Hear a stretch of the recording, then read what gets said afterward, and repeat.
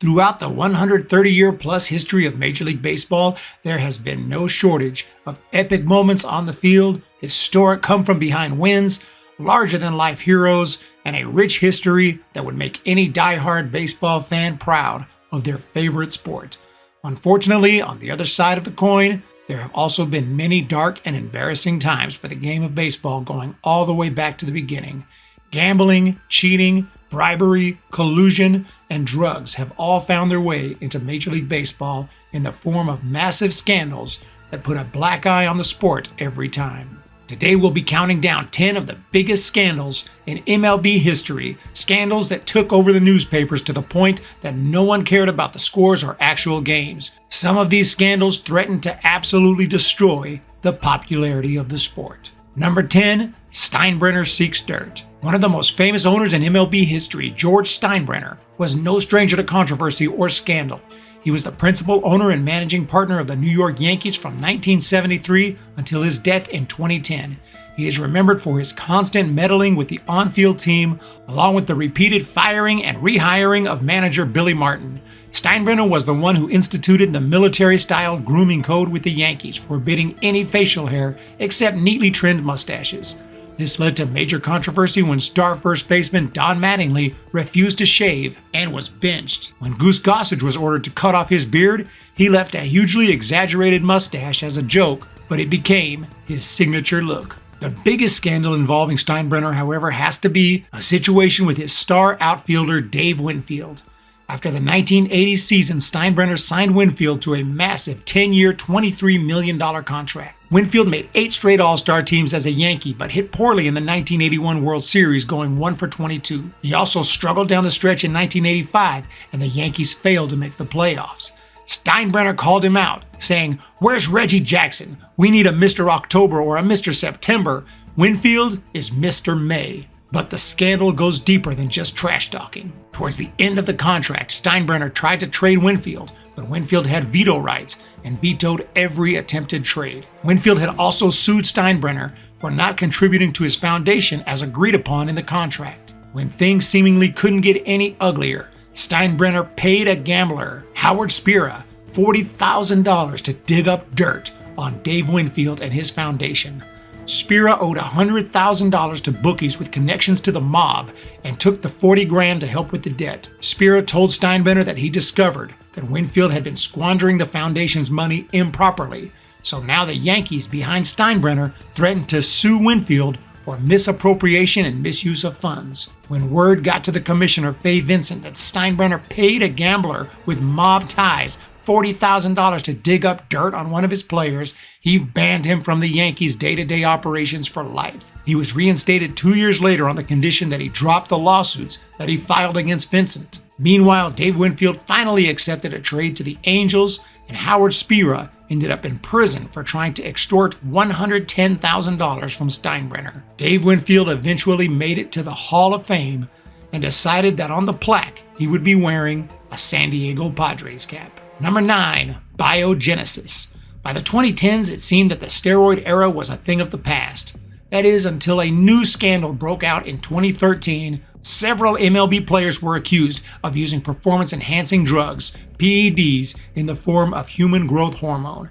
They reportedly got the drugs from a clinic called Biogenesis of America. This information began to leak out in January of 2013 when the Miami Times obtained records from a disgruntled former employee. Several massive superstars were mentioned, including Melky Cabrera, Alex Rodriguez, Ryan Braun, and Nelson Cruz. Cabrera had already been suspended for a failed test in 2012. Major League Baseball wanted more information and sued the owner of the clinic, Anthony Bosch. In exchange for having his name removed from the lawsuit, he agreed to cooperate, and in July of 2013, with documents and proof in hand, MLB began to drop the hammer. Ryan Braun, after failing a steroid test in 2011 but avoiding suspension due to a technicality in the handling of the sample, gave a 12-minute speech about the power of truth, integrity, and honor, saying that he would bet his life that he never put an illegal substance in his body. If I had done this, intentionally or unintentionally, I'd be the first one to step up and say, I did it. By no means am I perfect, but if I've ever made any mistakes in my life, I've taken responsibility for my actions. I truly believe in my heart, and I would bet my life that this substance never entered my body at any point. In July of 2013, he was suspended for the remainder of the season and postseason for taking PEDs obtained from Biogenesis. When presented with the evidence, he admitted his guilt and apologized for embarrassing his supporters. On August 5th, Alex Rodriguez was suspended as well, but decided to appeal, allowing him to play through the 2013 season. In 2014, his suspension was upheld, and he missed the entire 2014 season. He had also point-blank denied that he ever used steroids. A-Rod received a longer than standard suspension for being a multi-time offender, as he had failed a steroid test in 2006, as well as for his attempts to cover up his actions and obstruct an official investigation. 12 other players were also suspended, including Nelson Cruz, Everth Cabrera, and Johnny Peralta. A new record was set with 13 simultaneous MLB suspensions. Number 8, 1980s owner collusion. In October of 1984, a new MLB commissioner by the name of Peter Ueberroth sent out a message to every MLB team that he thought it was not smart to sign players to long-term contracts. The message was heard loud and clear, and the owners and front offices all agreed to avoid them, creating a massive collusion scandal that went on for a number of years. The problem started to become evident after the 1985 season, when free agents had trouble finding any teams that wanted them for any decent amount of money. The 1984 postseason hero for the Detroit Tigers, Kirk Gibson, had just hit .287 with 29 home runs and should have been one of the hottest names on the free agent market. Instead, nobody wanted him. Phil Niekro was one of the most reliable starters in the game. No one wanted him. Of the 35 free agents that offseason, only 4 switched teams, and none of those 4 were paid anything serious. Agents and players knew something was going on and filed a grievance. After the 86 season, things got even worse. Superstar outfielder Andre Dawson didn't want to play on the artificial turf in Montreal anymore, but somehow couldn't find a team that would offer him a decent salary. The 6-time Gold Glover and Rookie of the Year power hitter was one of the best players in the game, and no one wanted him. He eventually had to take a pay cut to sign with the Chicago Cubs. Meanwhile, all the other star free agents, including Jack Morris, Tim Raines, and Ron Guidry, had to re-sign with their previous club. Salaries were plummeting across Major League Baseball. The Players Association filed a second grievance. The collusion was blatant and beyond obvious. This didn't slow down the owners, though, and they continued to collude using an information bank to share information on contract offers so no team would overpay. A third grievance was filed. An arbitrator who looked into the first grievance finally ruled that the owners had violated the CBA by conspiring to restrict player movement. He ordered the owners to pay $10.5 million in damages to the players. The free agents who had to sign with their previous clubs got a free chance to offer their services to any team without losing their current contracts, which led to Kirk Gibson signing with the Dodgers. The MLBPA also won the second grievance, and this time owners had to pay $38 million, with more new-look free agents getting an opportunity to switch teams. In 1990, a final settlement on all 3 cases was reached, and the owners had to pay the players $280 million. Unfortunately, there have been more accusations of collusion since then, and owners will likely continue to do whatever they can to put as much money in their own pockets as possible. Number 7. The Houston Astros cheating scandal. In 2017, just 2 months after Hurricane Harvey struck Texas and devastated the city of Houston, the Houston Astros won the World Series in 7 games against the Los Angeles Dodgers. It was an amazing story, not only due to the hurricane, but also the Astros were one of the worst teams in baseball only a few years prior. They had done an amazing job of developing stars like Carlos Correa, Jose Altuve, and George Springer. Then, more than 2 years later, in November of 2019, the entire baseball world exploded in drama with an article written in The Athletic by Ken Rosenthal and Evan Drellick, detailing the methods the Astros used to steal signs during the 2017 championship season. And these methods involved the use of electronics, a big no-no in baseball. Stealing signs has been a part of the game for more than 100 years, but using electronics to do it is considered cheating. The whistleblower in the case was a pitcher named Mike Fiers, who pitched for Houston in 2017. He explained that a video camera was placed in the center field seats to record the opposing catcher's signs. The recording was fed into a monitor behind the dugout where Astros personnel, sometimes players themselves, would decipher the signs and bang on a trash can to signal to the batter what pitch was coming next. MLB performed an investigation and determined that the sign stealing took place in 2017 and 2018, but could not find evidence of any wrongdoing in 2019. The culprits named included bench coach Alex Cora, who worked with several players including veteran Carlos Beltran to create the system. It was determined that manager A.J. Hinch did not approve of the monitor and even destroyed it on 2 occasions. Nevertheless, he never banned it or got rid of it completely. As the 2020 season neared, baseball fans were livid, and it was going to be extremely interesting to see how Astros games would play out on the road. But as it turned out, no fans were allowed in the stands during the COVID-shortened 2020 season. By 2021, fans still booed, but some of the anger had subsided. In the aftermath, several firings and suspensions took place. The Astros immediately fired GM Jeff Luhnow and manager A.J. Hinch. Alex Cora, who was the Red Sox manager, agreed to part ways with Boston. Carlos Beltran, who had recently been hired as the manager of the Mets, was fired before managing a single game. Hinch and Cora were suspended for the 2020 season, but both returned to baseball afterwards. Hinch as manager of the Tigers and Cora was rehired as manager of the Red Sox. The Astros were fined $5 million and were forced to forfeit the first and second round draft picks in 2020 and 2021.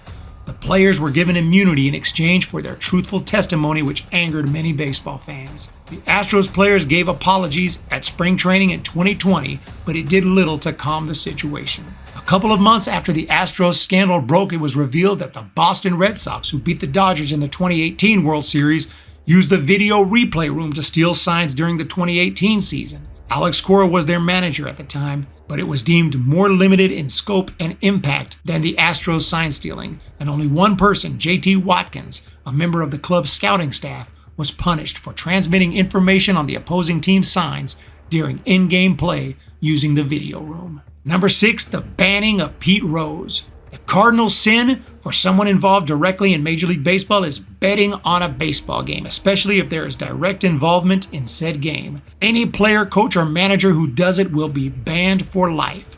The fact that this happened is not so shocking, but who it happened to is. And that was the hit king, Pete Rose, who retired after 1986 as baseball's all-time leader with 4,256 hits and 3,562 games played. He was known as Charlie Hustle, one of the hardest working players in the game and someone who gave 110% every single day. He became the manager of the Reds in 1984 while he was still a player and continued to manage after his playing career. It was no secret that he was a gambler, but at first there were only suspicions that he was betting on baseball. In February of 1989, Commissioner Peter Ueberroth met with Rose to discuss those suspicions. Rose denied betting on baseball, but evidence started piling up that said the opposite. The IRS had seized betting slips with the name Pete Rose on them, his handwriting, his fingerprints, and they showed that he was betting up to $10,000 per day on baseball. Investigator John Dowd prepared a report known as the Dowd Report and submitted it to the new commissioner Bart Giamatti in May of 1989. It contained proof that Rose bet on at least 52 Cincinnati Reds games in 1987. Giamatti confronted Rose with the evidence, and Rose agreed to accept a lifetime ban, with both signing a document confirming the ban, with the condition that Rose would still not admit any wrongdoing, and that he would be able to appeal the ban after 1 year. He may have had the impression from Bart that the ban could be lifted at that time, but it was not meant to be, as Bart Giamatti passed away in September of 1989 of a heart attack. The downward spiral of Pete Rose continued as he was sentenced to 5 months in prison in 1990 for falsifying tax records.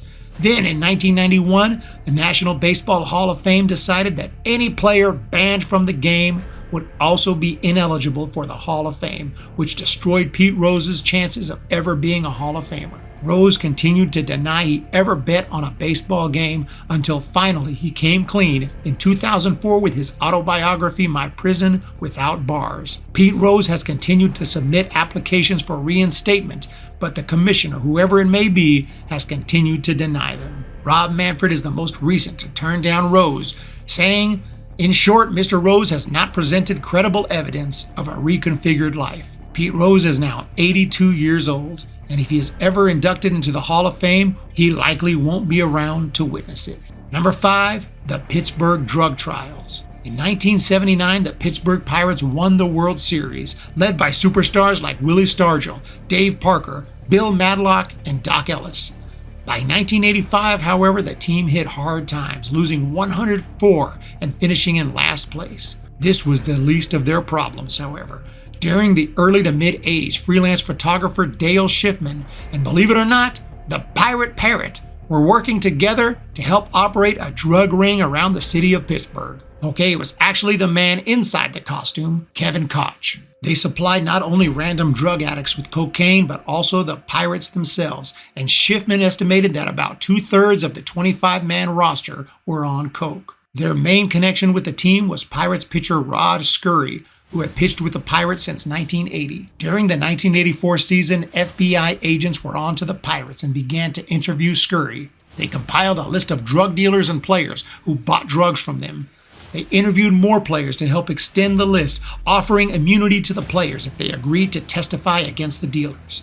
7 dealers and distributors were ultimately charged, including Schiffman and the Philadelphia Phillies caterer Curtis Strong, who was providing more than just food and beverage. Through multiple trials, all 7 would be charged and convicted. It turned out that the number of players purchasing cocaine extended much further than just the Pittsburgh Pirates, and many huge names showed up in court to testify. Tim Raines said he kept a vial of cocaine in his back pocket during games, hence why he would always slide head first. Keith Hernandez estimated that about 40% of players were on cocaine. Pirates players who testified included Dave Parker, Dale Berra, Rod Scurry, Lee Mazzilli, Lee Lacy, and John Milner. There were some other huge names as well, such as Vida Blue, Alan Wiggins, Jeffrey Leonard, and Lonnie Smith, who had publicly struggled with a cocaine addiction in prior years. The entire thing was a media sensation and rocked the baseball world.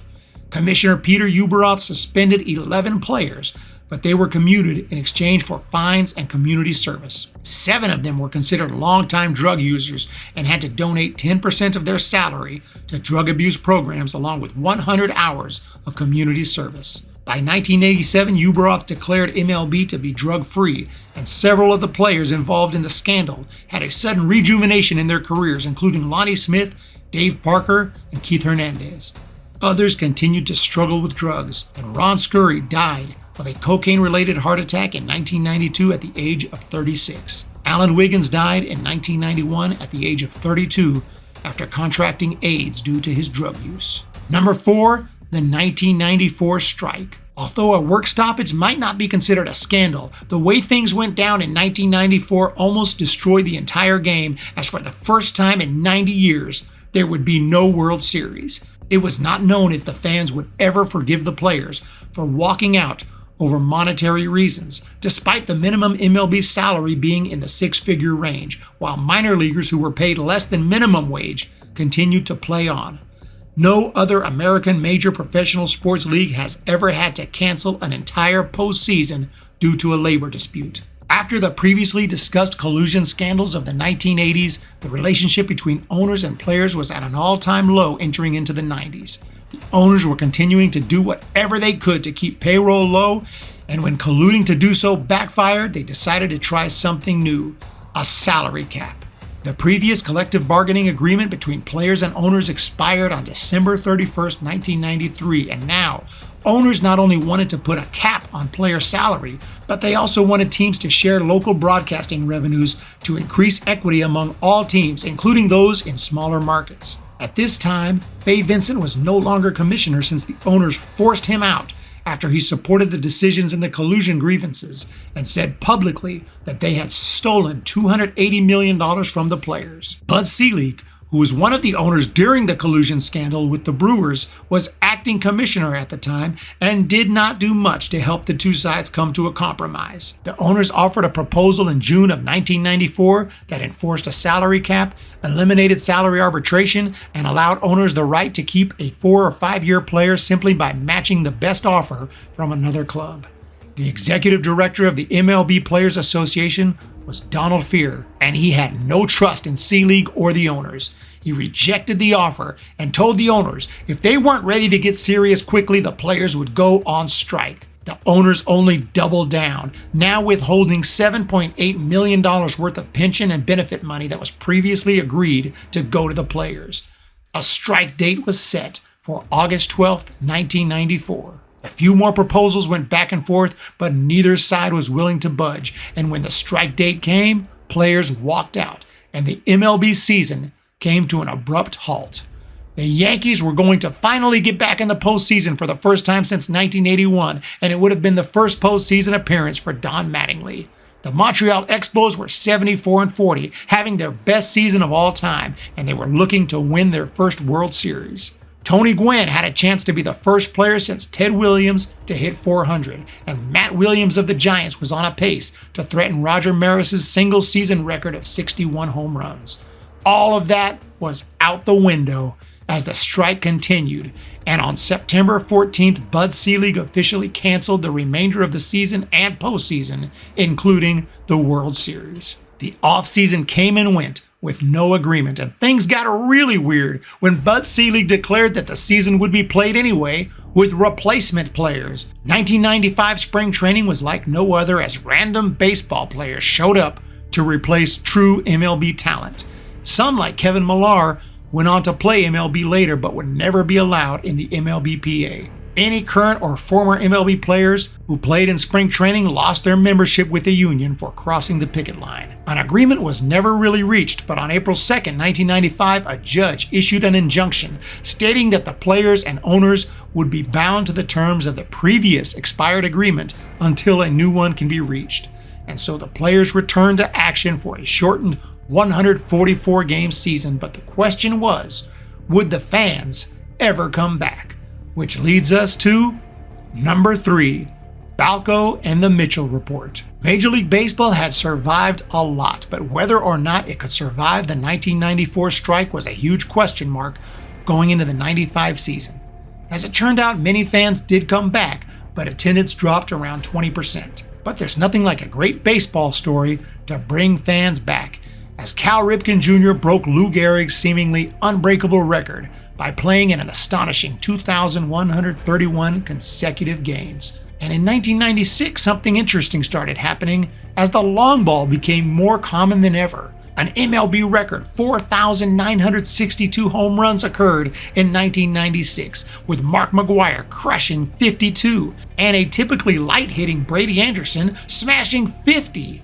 17 players hit at least 40 bombs, and this was just the beginning. In 1998, for the first time in MLB history, over 5,000 home runs were hit as Mark McGwire and Sammy Sosa captured the attention of the nation, going back and forth in a battle towards history. Both were on a pace to break Roger Maris's record of 61 homers, and it was McGwire who set the record with number 62 on September 8th. Sosa ended up with 66, while McGwire ended up with an unbelievable 70. 3 years later, Barry Bonds shattered that record with an absolutely video game-ish 73 home runs at the age of 37, and despite being walked 177 times. It looked like this newfound power had saved the game of baseball as stadiums were filling up, but it came at a cost. Jose Canseco wrote a tell-all book called Juiced about his experiences with steroids during his MLB career. He named names such as Mark McGwire, Rafael Palmeiro, Ivan Rodriguez, Juan Gonzalez, and Jason Giambi. Also, a nutrition center called Balco was identified as having distributed steroids among many star players, including Giambi and Bonds. A congressional hearing was held, in which Mark McGwire famously dodged every question, saying he did not want to talk about the past. I'm not here to talk about the past. Rafael Palmeiro wagged his finger, saying he had never used steroids. On August 1st of 2005, he tested positive for PEDs and was suspended 10 games. Books began to be published regarding Bonds and Roger Clemens, among others, such as Game of Shadows, which described how Bonds trainer Greg Anderson provided PEDs to Bonds and other athletes. Bonds said during a grand jury testimony he only used a clear cream that he thought was for arthritis. George J. Mitchell led an investigation into steroid use in MLB and released what is known as the Mitchell Report in December of 2007, naming 89 former and current players, including Roger Clemens, Andy Pettitte, Miguel Tejada, and Eric Gagne.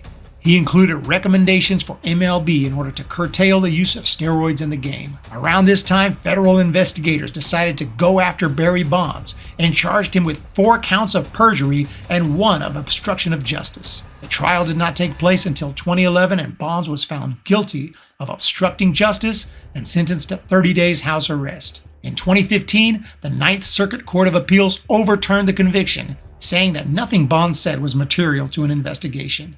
The entire steroid scandal of the mid-2000s did serious damage to the game. Shoe-in future Hall of Famers like Palmeiro, McGuire, Bonds, Sosa, and Clemens, among others, have been snubbed due to their steroid connections.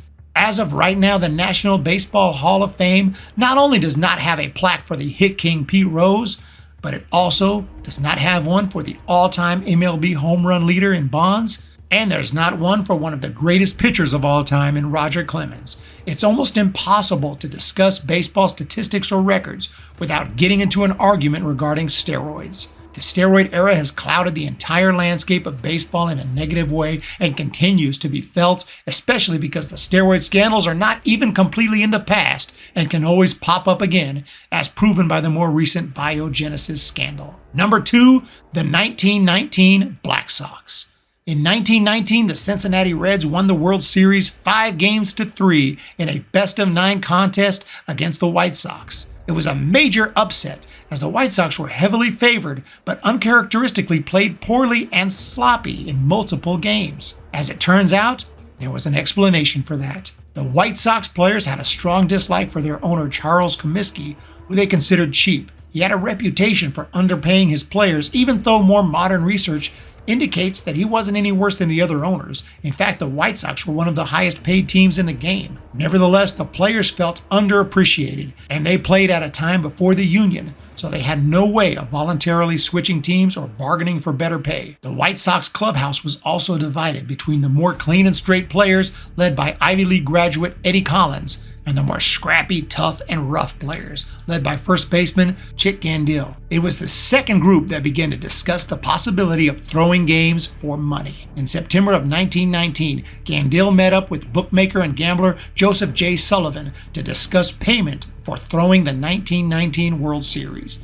A figure of $80,000 was reached. On the 21st, several other White Sox players joined Gandil in a meeting for more information in order to determine if they were willing to go through with it. These players included star pitchers Eddie Seacott and Lefty Williams, along with one of their better hitters, Buck Weaver. As money poured in on the underdog Cincinnati Reds, gamblers already had an idea that the series was fixed. Seacott's stuff was off, intentionally, as he gave up 6 runs before being taken out in the 4th inning of Game 1. The offense produced just 6 singles, and the White Sox lost 9-1. Lefty Williams started Game 2 and suddenly had no control of his pitches and walked 6 batters, allowing 4 runs. They lost again 4-2. But then rookie Dickie Kerr, who was not in on the fix, threw a shutout for the White Sox in Game 3. But they lost again in Game 4 with Eddie Seacott back on the mound, although he threw much better this time. Lefty Williams was lit up again in Game 5, and the White Sox were down in the series 4-1. As the series went on, the gamblers refused to pay previously agreed upon payments after losses, causing the 8 players in on the fix to start trying. The White Sox won Games 6 and 7, but now the gamblers were threatening violence against the players and their families if they did not go through with it. Lefty Williams started Game 8 and pitched poorly again. The White Sox lost the game and the series. Rumors swirled almost immediately regarding the White Sox throwing the 1919 World Series, and in 1920, 8 players and 5 gamblers were charged with conspiring to defraud the public. Eddie Seacott admitted to accepting a $10,000 bribe before Game 1, famously saying, "I did it for the wife and kiddies." A jury acquitted the men in 1921, but MLB's first commissioner, Kennesaw Mountain Landis, suspended them for life anyway, with the statement, Regardless of the verdict of juries, no player that throws a ball game, no player that entertains proposals or promises to throw a game, no player that sits in conference with a bunch of crooked players and gamblers where the ways and means of throwing games are discussed and does not promptly tell his club about it will ever play professional baseball. Among the banned players was the great shoeless Joe Jackson, who confessed to having accepted $5,000 from teammate Lefty Williams. However, he never met or spoke with gamblers and was not a part of the meetings. Jackson claimed he gave it his all in the series, and the extent of his involvement has been debated ever since. Regardless, he is one of the 8 men out, and like Pete Rose, Barry Bonds, Roger Clemens, and others mentioned in this video, has never been given a plaque in the Hall of Fame, despite being one of the greatest players of all time. Number 1, the Gentleman's Agreement. Although the Gentleman's Agreement is not your typical scandal, since it lasted 55 years and there was no public outcry about it, there certainly should have been one. The agreement was basically an unwritten law, a gentleman's agreement that no team would sign a black ball player. Before 1887, teams could sign whoever they wanted, and at least 3 played in the majors, including Moses Fleetwood Walker, who hit .263 in 42 games for the Toledo Blue Stockings. But in the late 1880s, owners got together and agreed that none of them would ever sign, draft, or scout a black player. It created a de facto segregation, as black players now had no place to play professional baseball and had to create their own leagues where hundreds of extremely talented players who could have lent their skills to a Major League Baseball team played ball. Rube Foster founded the Negro National League in 1920, marking the start of these leagues, which produced stars like Josh Gibson, Buck Leonard, Satchel Paige, and many others who played in the Negro Leagues as the Gentleman's Agreement continued throughout the first half of the 20th century. Even as over 1 million black soldiers served their country in World War II, they were banned from playing in the top level of their country's national pastime. Eventually, Branch Rickey, part owner of the Brooklyn Dodgers, signed Jackie Robinson to play for the Dodgers organization. And when he was promoted to the majors on April 15, 1947, the color barrier was officially broken, and Robinson became the first African American in the 20th century to play Major League Baseball. Even then, he faced bigotry and hatred from teammates, opposing players, umpires, and fans. But Robinson thrived anyway and had a Hall of Fame career, helping lead the way to the civil rights movement and a future for Major League Baseball players of all races and nationalities. I had to put the disgusting Gentleman's Agreement as number 1 on this list, despite the severity of some of the other scandals, as it had to be the most embarrassing, long chapter in an already quite embarrassing history of scandals in Major League Baseball. Thank you so much for checking out today's video on 10 of the biggest scandals in MLB history. Let me know what you think. I hope you enjoyed it, and let me know of more insane scandals, and I'll consider doing a follow-up. I hope y'all have a fantastic day. Hit the thumbs up and the subscribe button if you enjoyed it, and we'll talk to you in the next video. I'm not here to talk about the past.